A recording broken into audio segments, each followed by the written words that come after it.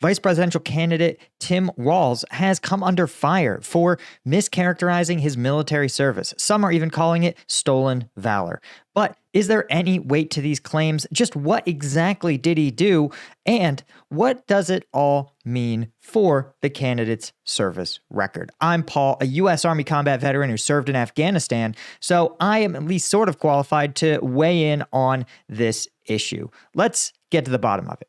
Okay, so this is about, of course, Minnesota governor and vice presidential nominee Tim Walz. And there's been a lot of issues around his military service, right? He is someone who served, what's not in dispute is that he served for 25 years in the Minnesota National Guard, retiring before running for Congress.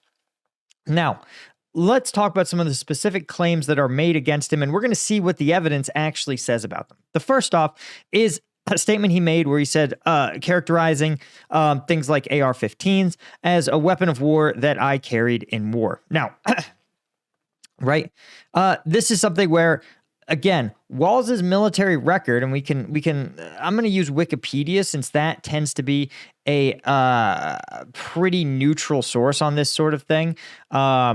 And usually is going to have these kind of things. All right, here we go. Military service. So one of the things that's been always claimed is that his military career had him posted in Arkansas, Texas, the Arctic Circle, Minnesota, Italy. It says and elsewhere. But crucially, we know he never served in a war zone actually because of the awards he was given, right? There are certain awards that you're going to see if you serve in a war zone, particularly, two AAMs and an ARCOM, usually is more of a peacetime set of awards, right? You would also see a deployment patch if deployed to an active war zone, which he did not do, right? He did serve as a sort of European security force in support of enduring freedom, but generally what that means is that some other unit had to leave a European base, right? Like an active duty unit left Germany,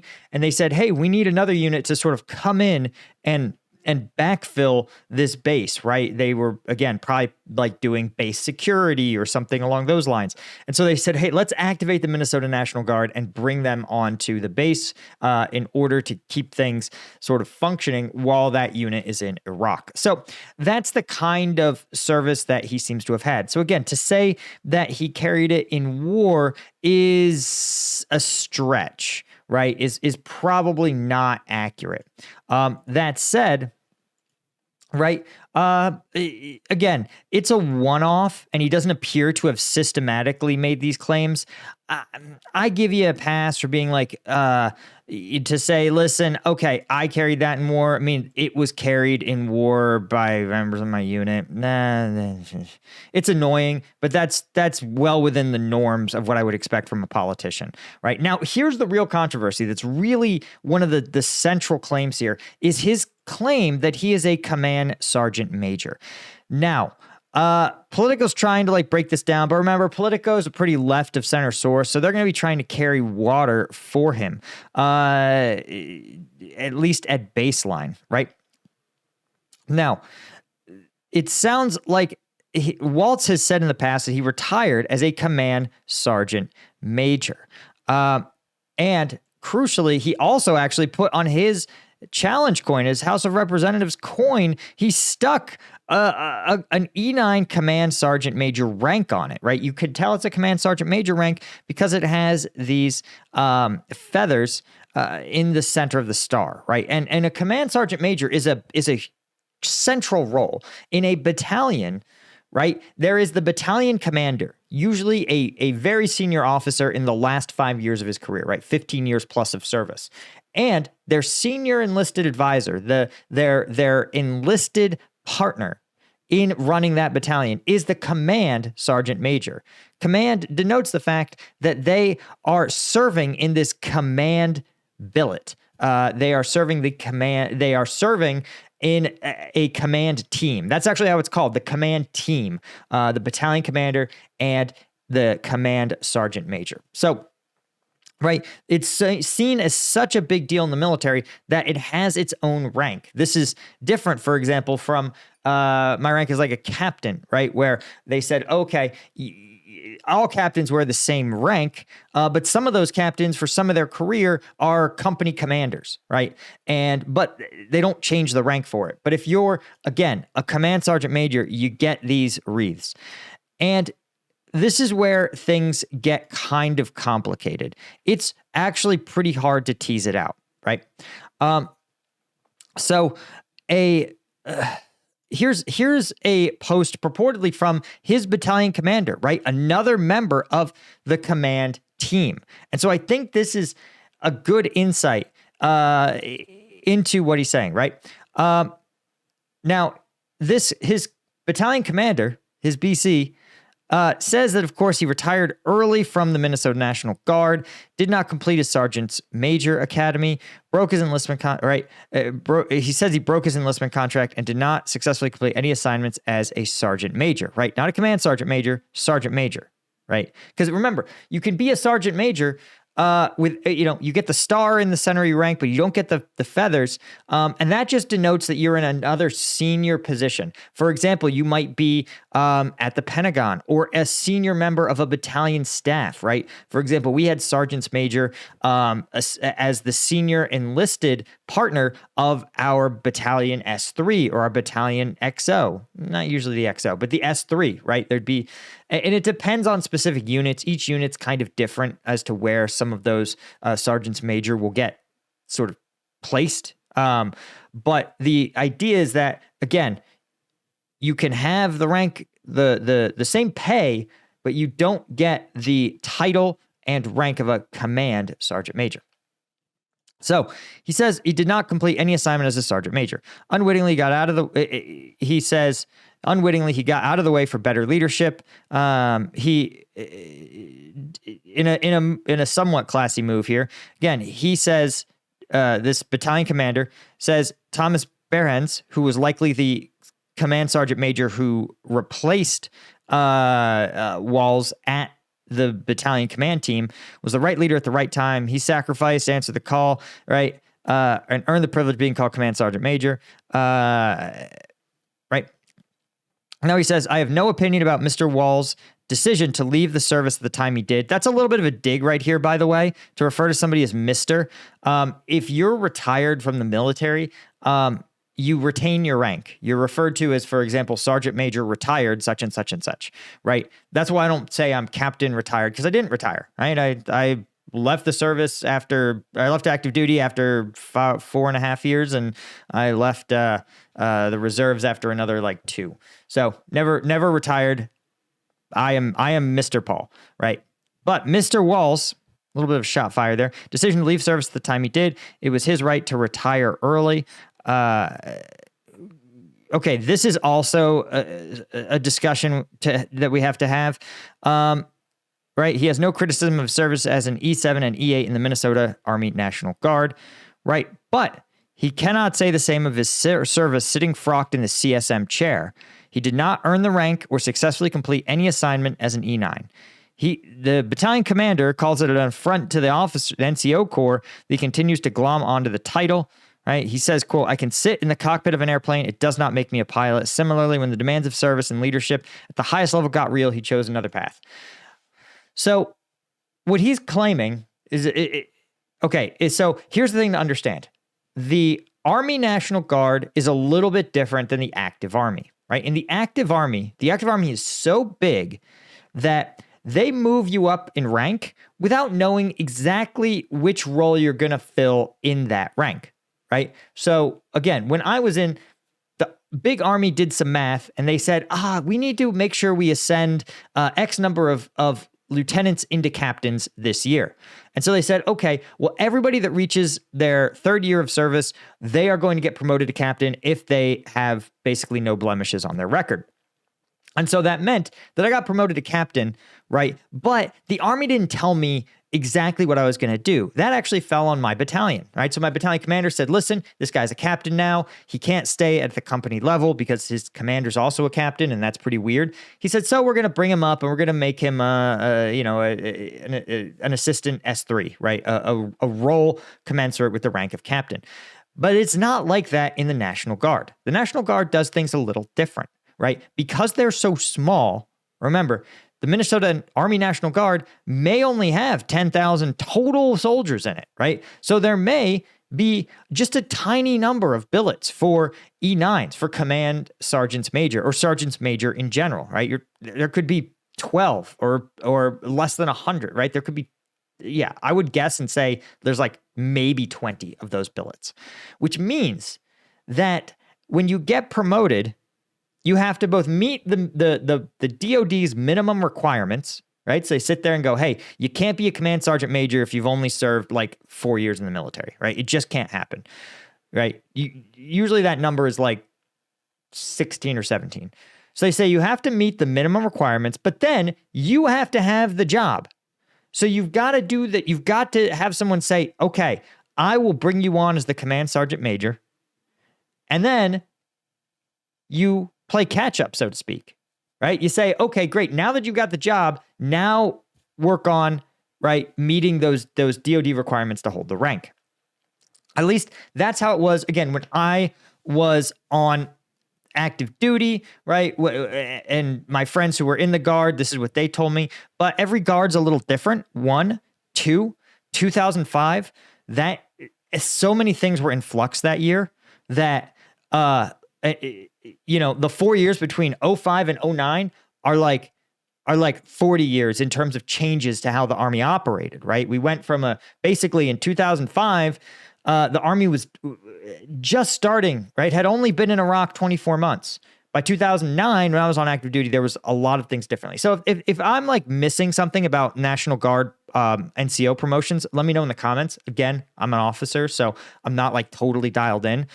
But it sounds like from this story and from what other people have said that Walz was essentially an E8, right? Still a senior enlisted soldier, right? Holding this rank here, Master Sergeant. And the battalion had an opening for Command Sergeant Major. So they said, listen, Walz, come here. We are going to promote you and stick you in this spot to fulfill the role of Command Sergeant Major. And because you basically have met the requirements of service, we're going to start the ball rolling on getting you your wreath and star, so to speak, or your feathers and star, or whatever it is. And so they say, okay, I'm going to do this, but then, and this is where the story gets even weirder.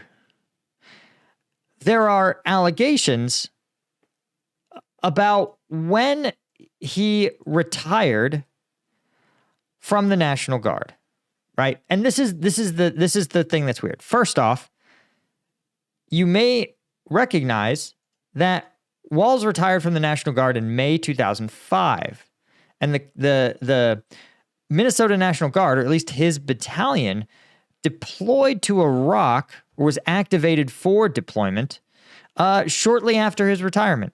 I think in early 2006. And so the issue is that a lot of people are alleging that he left the National Guard just as his unit was going to Iraq, right? Now, this is where things get complicated. Officially, the unit didn't receive orders to deploy or mobilize, is how it tends to work with the Guard, right? You get mobilized, and then you spend some time training on active duty, and then you deploy to Iraq. So the unit got orders to mobilize after Walz had submitted his retirement packet. But the problem is that Walz probably knew or had a really good sense that a deployment was coming, right? Because generally, the orders, by the time the orders are written, it's because someone at the Pentagon has made their big force generation plan. And usually, they will let senior folks, the senior command teams, know a little bit ahead of time. So Walz probably either knew or had a really good idea that a deployment orders were coming. And Walz may have found himself in a situation that sort of was annoying, because he had decided to run for office, right? He had been a high school geography teacher and football coach in the high school and decided, you know what, I'm going to run for public office, right? And he made the decision to retire from the National Guard to, quote, focus full-time on a run for the U.S. House of Representatives in Minnesota's 1st District, right? Which he won in 2006. And Walz, I said he was really concerned about trying to seek public office and serve in the National Guard at the same time without running foul of the Hatch Act, which limits political speech by federal employees, including members of the National Guard. And there's a whole bunch of tough things that were likely happening. The first is that, one, if you get mobilized to active duty, you are subject to different Hatch Act restrictions, right? So the Hatch Act, it basically says that you can't go in as a federal employee, but particularly a full-time federal employee, and say, for example, I was a Fed at the Department of Homeland Security, right? Let's say I was to go out onto MSNBC and say, as a Department of Homeland Security employee, I think the border is actually guarded by aliens, right? The U.S. the government is like, hey man, you're allowed free speech, but you can't say that you're doing so in your capacity as a federal official, right? Again, shit hits different when you say, hey, as a federal official, I believe X, Y, Z. And the National Guard, when you're just in drilling status, it's a little tricky, but you can't cite, you can't wear your uniform. There's, again, context of like, in what capacity are you speaking, as your civilian self or as your National Guard self, right? So it's pretty complicated. And so it's tough at baseline. But here's the problem. If you get activated on active duty or mobilized, in the case of this Walz's unit, it's even more difficult because your full-time job is being a uniformed service member. You don't ever put on the civilian hat. You're always a uniformed service member. And so it's really hard to campaign. Now, it's possible. People have done it. I knew people that were in the Pennsylvania Guard at the same time frame became the mayor of their town, right? And actually was the serving mayor went in Iraq. I mean, obviously, he held the role of mayor. Obviously, the deputy mayor was running the show. But the point is, it's not impossible. It's just hard, right? And Walz likely said, listen, I want to just know that I can say anything I need to without violating the Hatch Act, right? Here's... Okay. So, did he retire early? This is the other thing. On active duty, if you do 20 years, you reach retirement. Which you may notice, you're like, wait, if you enlist at 18 and you do 20 years, you can retire at 38. Yes, from active duty. In the Guard, it's a little different. And so you don't get your pension in the Guard. And this has also changed. So again, let me know in the comments if this was true in 2005. But in 2009, you didn't draw a reserve component pension and benefits until you were 65. I think. 55 or 65. But what that means is that you're basically, it's implied that a full term of service in the National Guard or reserves is actually up until the day you can draw the pension. So you go all the way up until you are 55 or 65, and then you put in your retirement packet, unless, of course, you're medically retired or you have a medical issue that precludes you from service. But you would see it. It was very common when I was in my reserve unit to see guys, a lot of them would sit there and go, listen, I'm here for the pension. I don't really want the next rank or job. So I'm just going to keep drilling at this unit. I'm going to keep staying here. You know, guys were in their 40s or 50s and still holding those ranks. Some of them were even like captains or staff sergeants or sergeants first class. And they said, listen, I'm not going to go for the next rank. This is a part-time job. I'm going to stay here and I'm going to finish it out until I'm 55 or 65. And then I'm going to draw my pension. And that's my retirement plan, right? Nothing wrong with it. Get that cheap TRICARE. So that's why they're saying, hey, you can still be considered to have retired early after 25 years of service. That said, again, like serving in the Guard is a it takes a long time. It is a commitment, right? Once a month, Walz has to be in Minnesota, which means that if his congressional run was successful, he would have to split his time between serving in D.C. and serving in the Minnesota National Guard, right?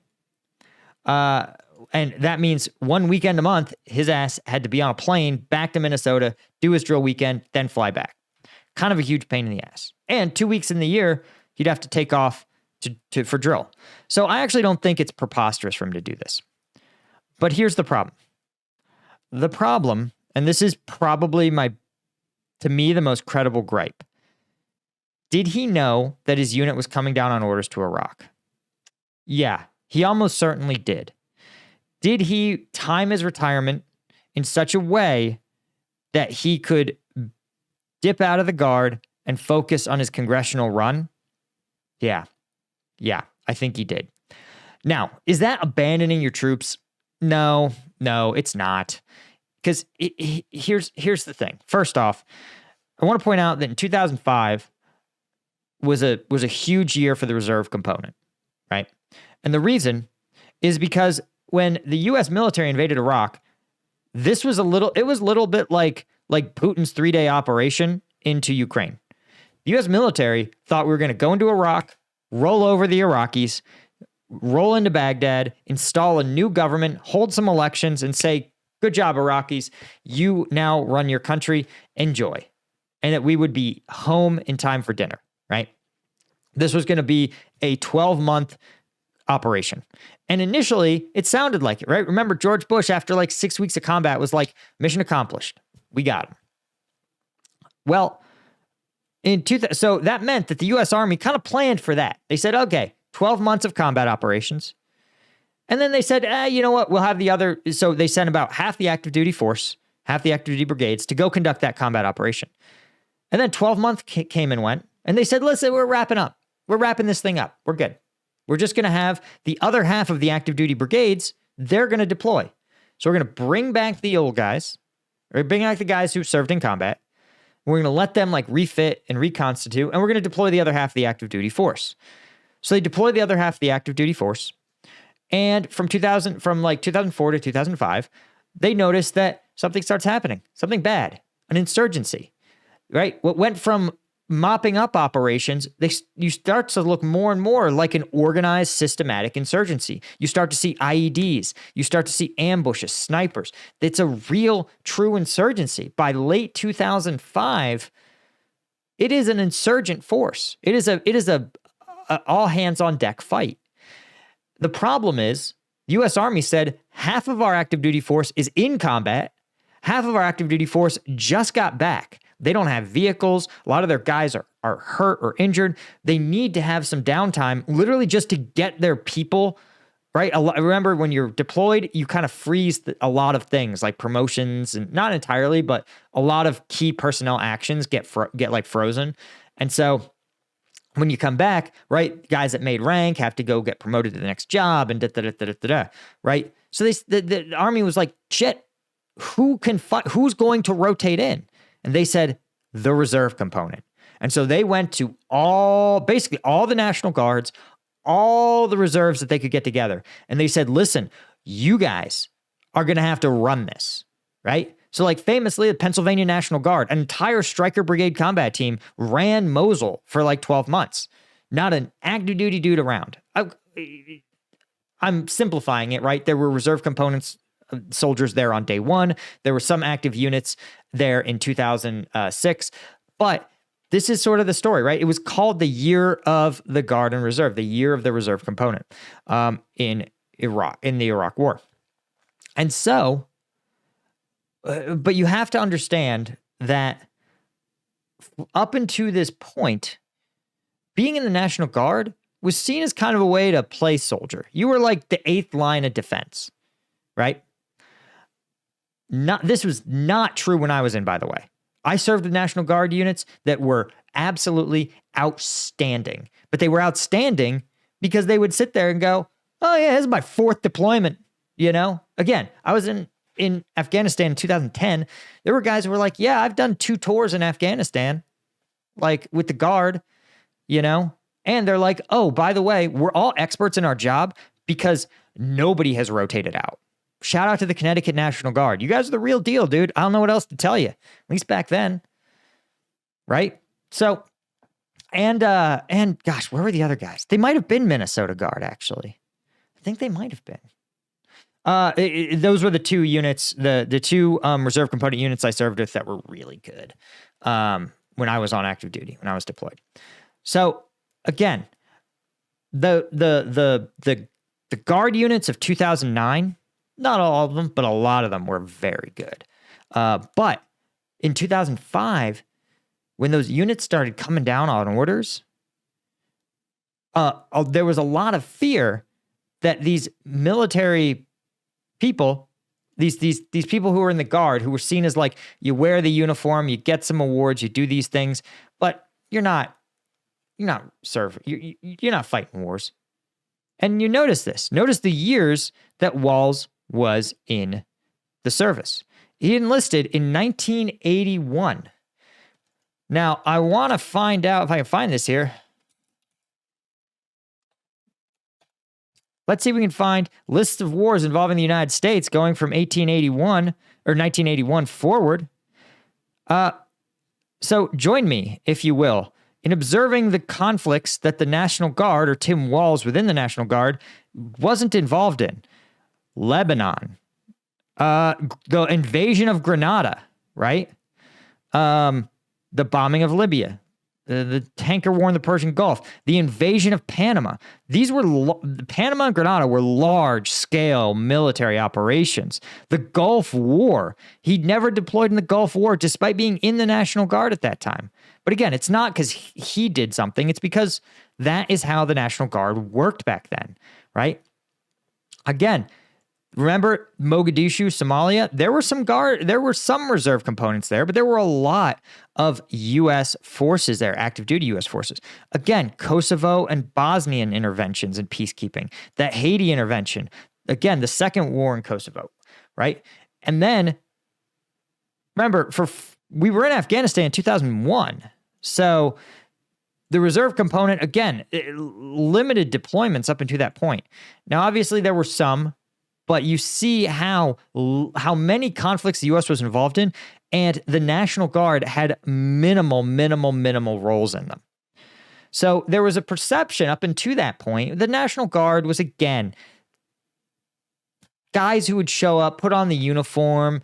They would have some beers at lunch. It wasn't seen as a big deal because you never really got called up. And then in 2005, the game changed, right? Serving in the Guard was serious business, and it still is. It still is. A lot of those guys have crazy deployment schedules, spend a lot of time on active duty, are very capable, right? So when 2005 rolls around, Tim Walz realizes, shit, I'm going to have to actually go to war. And in 2005, the Iraq War, again, it looked bad. It was bad. It didn't look bad. It looked bad because it was bad, right? The insurgency was full bore. The U.S. didn't really have a lot of the tools and tactics to run counterinsurgency. And so it was a pretty unnerving thing. And plus, Walz said, okay, listen, if I go, I'm going to have to spend 3 months just training up. I'm going to do a 12-month deployment. I'm going to have 3 months of mandatory sort of demob. So I'm 2 years. I'll have to delay my congressional run by 2 years. And he probably was like, F that. F that noise. And again, this is where things get weird.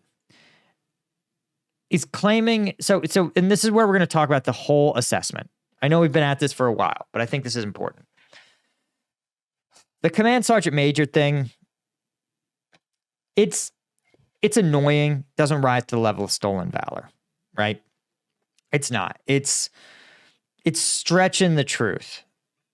You know, some of the things, again, stick it on your coin. It's pretty egotistical, but it's a U.S. politician. This is completely a baseline for U.S. politicians. That's what I'll say.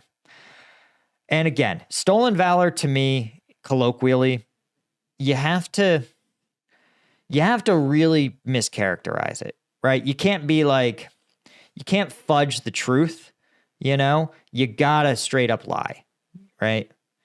Again, not everybody is sitting there and being like, oh, I'm going to ignore the I'm going to ignore the stuff that doesn't make me look cool, and I'm going to triple down on things that do, and I'm going to spin things in a way that makes them as cool as possible. I get that. I get that desire. Again, I think a lot of the mill influencers do it, particularly the ones who need this like tough guy image, you know? But again, Tim Walz is going pretty hard in the paint. He's right on the edge. But did he abandon his unit before the Iraq deployment? Abandon is a strong term. Here's what I'm also going to say. We had the same thing on active duty. When we came down on orders, it was pretty clear what soldiers were gung-ho, and it was 95% of them. And about 5% of soldiers did not want to be on this deployment. They didn't want to. They were scared. They had problems at home that they really didn't want to leave for 12 months. And you know what? Listen, if you've ever been in the military, you know that it's better to go short-handed than to go with people who don't want to be there. And man, if your command sergeant major doesn't want to be there, it's like, yo, then don't be here. We're going to do better off. And as this guy points out, right, somebody else, as the commander of the BC points out, he says, Thomas Behrens was here. He was all in. He was like, this unit needs me. My country needs me. I'm showing up, right? And that's a noble thing. Again, left his family, his business, his farming, his brother who ran the farm with him, and chose to train, lead, and care for soldiers, right? Really showed up and gave a shit. And that's who you want. As a command sergeant major, it is a hard job. You don't want somebody who's 1 foot out the door. You don't want somebody who's going to be like really kind of worrying about, oh, but what about my congressional run? Oh, somebody else won my district. Oh, bummer, right? You want somebody who's all in on soldiers. And so the BC probably was like, Walz, if you have other stuff that's going to keep you from going all in on being a CSM, then don't. Just get out, dude. Just get out. We got plenty of time. We'll bring in a new CSM or another senior enlisted and we'll promote them. And they'll take the unit on this deployment. No shade. I'll bet in that battalion there was at least 10 other soldiers who, for one reason or another, said, listen, don't send me. I came here for the guard. I was here to get my TRICARE. I'm close to my pension. I want to do this. And that unit said, good. Get out, right? We'll go a little short-handed, but we don't want somebody who's not gonna lock in, get the job done. If you've been in the military, you know exactly what I'm talking about. So ultimately, again, is it abandoning your unit? Nah. Is it a little, I'm trying to think of the right word. Is it a little shitty? Yeah, it's a little shitty. It's a little shitty. But ultimately, again, this is somebody who feels like they joined the National Guard to chill, you know, to have a little fun here, a little fun there, but never have to do the war fighting part. And so when it became less chill, you're like, I'm going to get out while the getting's good. Again, was that the choice that I made? No. But it's not the same. It's not abandoning troops. So again, that's my assessment of this. Let me know in the comments if I missed something again, or if the Minnesota Guard did things differently, or if there's some other like different quirk here that I'm missing. But I appreciate you guys. I really do. If you want access to uncensored combat footage analysis, particularly coming out to us from the Ukraine conflict, you can get that on combatvetnews.com. This is the way to support the channel, by the way. I don't have many sponsors because I cover so much war content, and I don't get a lot of, I refuse to work with government or major media companies. I just don't. I depend on you guys to support me, right? Lets me say and do anything I want, right? You notice I can cover a political video, give this take, which is not popular with basically anybody, because I have you guys in my back or in my corner. You guys have my back. You know what I mean. So specialist tier is going to get you access to those twice a week, uncensored combat footage coming to us, sometimes like less than 48 hours old from the front lines of Ukraine. Lieutenant tier gets all that, plus the weekly Q&A videos. Okay, ask me whatever you want. And of course, Colonel tier, you get your by name shout outs and that special recognition. So check it out. Link is in the description, combatvetnews.com. Huge thank you to our Colonel tier members, particularly James Jerling, Steve Moran, Doug Beck, Alan Knudsen, Bastian Hemmerling, Yanko Georgiev, as well as all our Lieutenant tier members. I could not do this without you guys. I appreciate you so much, and I will see you all in the next one. Be sure to subscribe to the channel and like the video. Cheers.